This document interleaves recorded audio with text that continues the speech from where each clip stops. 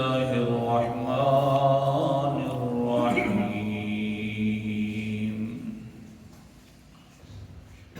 من ذا الذي يشفع عنده إلا بإذنه الآية صدق الله العظيم من کون ہے الذی وہ ہستی یشفع جو شفاعت کے لیے زبان کھول سکے عندہ اس اللہ کے پاس الا مگر بإذنہ اسی کی اجازت کے ساتھ۔ پانچویں دلیل کا تذکرہ کہ اللہ تعالیٰ فرماتے ہیں کہ اے انسان میرے سامنے اپنی مرضی سے کوئی زبان نہیں کھول سکتا تو تیری قسمت بھی کوئی کھری نہیں کر سکتا میرے علاوہ۔ سفارش جو ہوئے گی وہ بھی میری اجازت سے ہوئے گی، جس کے لیے میں اجازت دوں گا اور جس کی میں اجازت دوں گا کہ اس کے حق میں کر، صرف اسی کے حق میں ہوئے گی، اور جس کو میں دوں گا وہی اجازت کر سکے گا، وہی شفاعت کر سکے گا۔ تو یہ مسئلہ چلتے چلتے بیان ہو گیا کہ پیغمبر مصطفیٰ صلی اللہ علیہ وسلم وہ بھی شفاعت فرمائیں گے اللہ کی اجازت کے ساتھ، دوسرا بچہ بھی شفاعت کرے گا اللہ کی اجازت کے ساتھ، اور تیسرا قرآن مقدس بھی شفاعت کرے گا، اور قاری بھی شفاعت کرے گا اللہ کی اجازت کے ساتھ۔ آج یہ سبق کے اندر ایک چوتھا شفیع کا ذکر کیا جا رہا ہے جس کا نام ہے شہید۔ شہید بھی شفاعت کرے گا اللہ کے حکم کے ساتھ، لیکن قاری القرآن کو بھی اللہ تعالیٰ وہاں پر ایک پروانہ عطا فرمائیں گے قیامت والے دن کہ قرآن پڑھتا جا اور جنت کی سیڑھیاں چڑھتا جا۔ اللہ اکبر کبیرہ، عالم کو بھی اللہ تعالیٰ ایک پروانہ عطا فرمائیں گے کہ اے میرا بندہ دیکھ لے ساری خلقت تیرے دروازے پر آ رہی ہے، تجھے سے بھی کچھ مسئلے ہیں، یہاں بھی پوچھ رہی ہے کہ اللہ جو بار بار پوچھ رہا ہے کہ میں تمہیں دینا چاہتا ہوں کون سی چیز مانگے، تو لہذا یہاں پر بھی آپ نے علم سے بتلا دے کہ اللہ کا دیدار مانگو تو مانگو، یعنی وہاں پر بھی مسائل ہوں گے پوچھے جائیں گے۔ لیکن شہید ایسا انسان ہے کہ اس کے لیے اللہ تعالیٰ 6 پروانے قیامت والے دن عطا فرمائیں گے، ایک نہیں 6 پروانے۔ اور کیا پروانے ہیں؟ سبحان اللہ، سبحان اللہ۔ قال النبی صلی اللہ علیہ وسلم للشہید عند اللہ 6 خصال۔ حضور صلی اللہ علیہ وسلم نے فرمایا اللہ اکبر کبیرہ، شہید انسان کے لیے قیامت والے دن اللہ تعالیٰ 6 پروانے عطا فرما دیں گے۔ پہلا پروانہ کیا ہے؟ یغفر لہ فی اول دفعۃ، اللہ تعالیٰ بس وہی ایک خون کا قطرہ زمین پر گرتا ہے تو اسی وقت سارے گناہ معاف فرما دیتا ہے۔ ایسا جاتا انسان اللہ کے پاس جیسا کہ معصوم بچہ اللہ کے سامنے کھڑا ہوگا، اس کے بھی کوئی گناہ نہیں رہتا، بالکل یغفر لہ فی اول دفعۃ، اللہ کے سامنے جب ایک قطرہ بوند کا گرتا ہے خون والا، اللہ تعالیٰ اس کے سارے گناہوں کو فوراً معاف فرما دیتے ہیں۔ اللہ تعالیٰ ہم سب کو شہادت کی موت عطا فرمائے۔ مانگنی چاہیے اللہ سے۔ سبحان اللہ، آخر کار یہ کون سا بندہ ہے؟ قرآن مقدس کا انداز، سورت کا نام سورت البقرہ، دوسرا پارہ ہے۔ اللہ تعالیٰ فرماتے ہیں وَمِنَ النَّاسِ مَن يَشْرِي نَفْسَهُ ابْتِغَاءَ مَرْضَاتِ اللَّهِ وَاللَّهُ رَءُوفٌ بِالْعِبَادِ۔ آیت نمبر 207 ہے۔ لوگوں میں سے بعض لوگ ایسے بھی ہیں جنہوں نے اپنی جانوں کو بیچ دیا ہے اللہ تعالیٰ کی رضا کے لیے۔ اللہ تو راضی ہو جا، میں اپنی جان کا بھی مالک نہیں ہوں۔ اللہ تعالیٰ فرماتے ہیں واللہ رؤوف بالعباد، اللہ تعالیٰ تو پہلے سے مہربان ہے اپنے بندوں کے اوپر۔ جس وقت کہتے اللہ میری جان ہے تو صحیح لیکن میں اس کا مالک نہیں ہوں، یہ انسان کہتا ہے، اوپر سے اللہ فرماتے ہیں اچھا پھر کس کو دے رہا ہے؟ اللہ تجھے دے رہا ہوں۔ پھر اللہ خود اس جان کو خریدنے کے لیے آ جاتے ہیں۔ کہہ جو رہا تھا اللہ تیری رضا کی خاطر میں اپنی جان کا بھی مالک نہیں ہوں، میں یا اللہ اپنی جان بھی بیچنا چاہتا ہوں۔ اللہ فرماتے ہیں وہ بندہ تیری جان بڑی قیمتی جان ہے، کوئی اور نہیں خرید سکتا، خریدنے والا ہے تو صرف میں ہوں۔ قرآن مقدس کا انداز، اللہ اکبر کبیرہ، سورت کا نام سورت التوبہ ہے، 11واں پارہ ہے۔ اللہ تعالیٰ فرماتے ہیں ان اللہ اشتری من المؤمنین انفسهم واموالهم بان لهم الجنہ۔ آیت نمبر 111 ہے۔ بے شک اللہ تعالیٰ خرید لیتا ہے مومنین کی جان کو اور ان کے مال کو۔ اللہ خریدنے کے بعد جس طرح خریدنے والا دنیا کے اندر ہوتا ہے تو پیسے عطا کر دیتا ہے، کوئی چیز خریدتا ہے تو کیا دے گا؟ بِأَنَّ لَهُمُ الْجَنَّةِ، میں اس کی جان خرید لیتا ہوں جنت کے بدلے میں۔ اللہ تعالی ہماری جانوں کو بھی خرید لے، خرید لیا جیا خرید اللہ جی۔ پھر یہ جو جان بیچنے والا انسان ہے تو اس کا مالک بن گیا ہے، کیا کرتا ہے یہ جان بیچنے والا؟ اللہ فرماتے ہیں یقاتلون فی سبیل اللہ فیقتلون ویقتلون۔ یہ جو جس کی جان میں نے خرید لی ہے بدلے کے اندر میں نے جنت کا وعدہ کر دیا ہے، یہ پہلا کام بیچنے والا کرتا ہے کہ اللہ کے راستے میں جہاد کرنا شروع کر دیتا ہے۔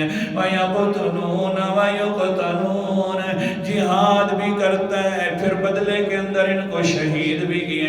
بس شہید ہوتا ہے تو بس میں کہتا ہوں وَعَدًا عَلَيْهِ حَقًّا، اے بندہ تو نے اپنا وعدہ سچا کر دیا ہے کہ جان میرے حوالے کر دیا ہے، اور اللہ بھی پکے وعدے کرنے والا ہے کہ تجھے ضرور جنت ملنے والی ہے۔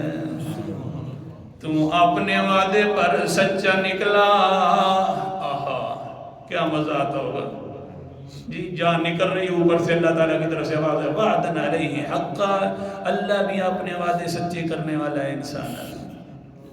وعدًا علیہ حقا، اے انسان تو نے اپنی جان دے دی، اور سن لے پھر اللہ کے بھی پکے وعدے ہیں۔ فی التوراۃ والانجیل والقرآن، تورات میں بھی اللہ نے پکے وعدے کیے ہوئے تھے، انجیل میں بھی اور قرآن میں بھی۔ ومن اوفی بعہدہ من اللہ، جس نے بھی اپنے وعدے اللہ کے کیے ہوئے پورے کر دیے۔ فَاسْتَبْشِرُوا بِبَيْعِكُمُ الَّذِي، تو اپنے وعدے پورے کر کے آ رہا ہے، میں بھی اپنا وعدہ پورا کرنے لگا ہوں، لیکن وعدہ تو پورا ہوتا رہے گا۔ پہلے خوشخبری سن لے، فَاسْتَبْشِرُوا بِبَيْعِكُمُ الَّذِي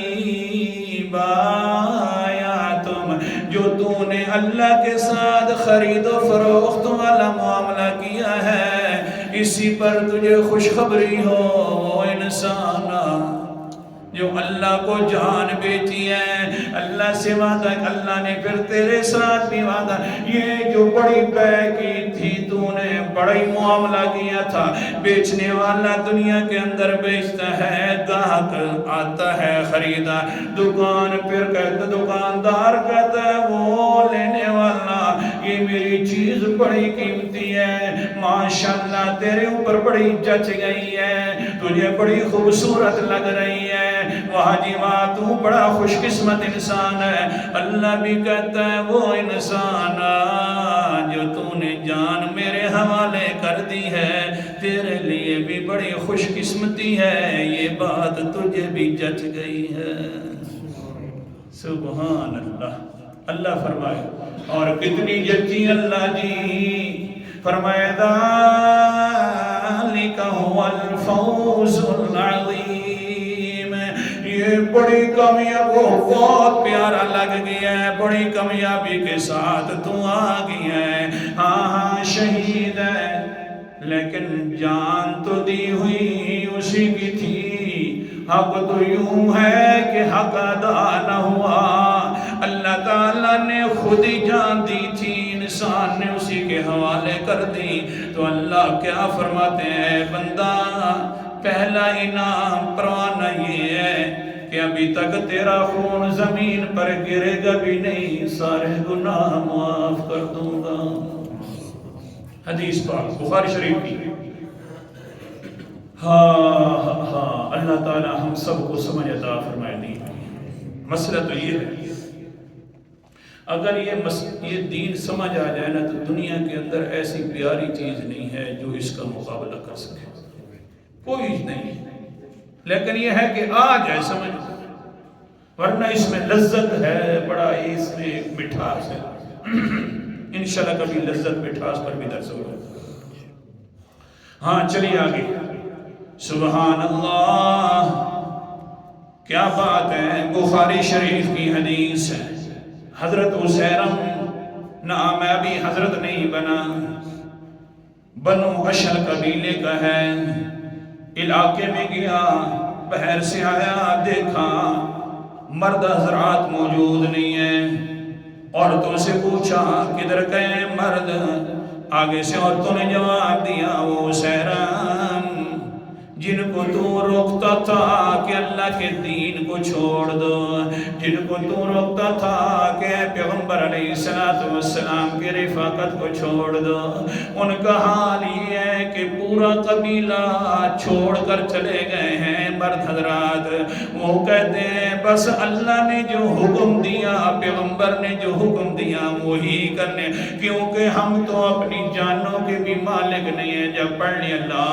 الہ الا اللہ تو پھر وہی مالک ہو گیا، اس لیے سارے لوگ مرد حضرات چلے گئے، اس نے دیکھا اچھا ہو گئے، کیوں چلے گئے ہوں گے، بھلا کوئی جان بھی دوسروں کے حوالے کرتا ہے، یہ بھی ویسے اپنا خودج بھی پہن لیتا ہے، اوپر سے جو ہوتے ہیں لباس جنگی وہ بھی پہن کر چلا جاتا ہے، جاتے ہوئے بنو اشل قبیلے والوں نے دیکھا ہاں عسیرم آ رہا ہے، بڑا پہلوان ہے، تو فوراً آگے سے قبیلے والے کہتے ہیں دے کر ارجع انا لا نستطیع بمشرکین، چلا جا تو واپس مہربانی کر، ہم مشرک سے امداد بھی نہیں لینا چاہتے، چلا جا بھائی تو مشرک ہے اور مشرک سے امداد ہم نہیں لیتے، ہم اللہ کے راستے میں جہاد کرنے کے لیے جا رہے ہیں۔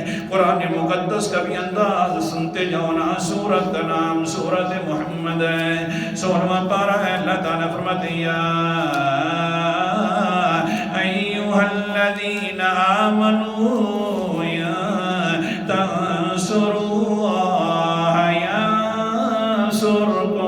وَيُثَبِّتْ أَقْدَامَكُمْ، آیت نمبر 7 ہے، اے ایمان والو، اے ایمان والو، اگر اگر تم اللہ کے دین کی مدد کرو گے تو اللہ تمہاری مدد کرے گا۔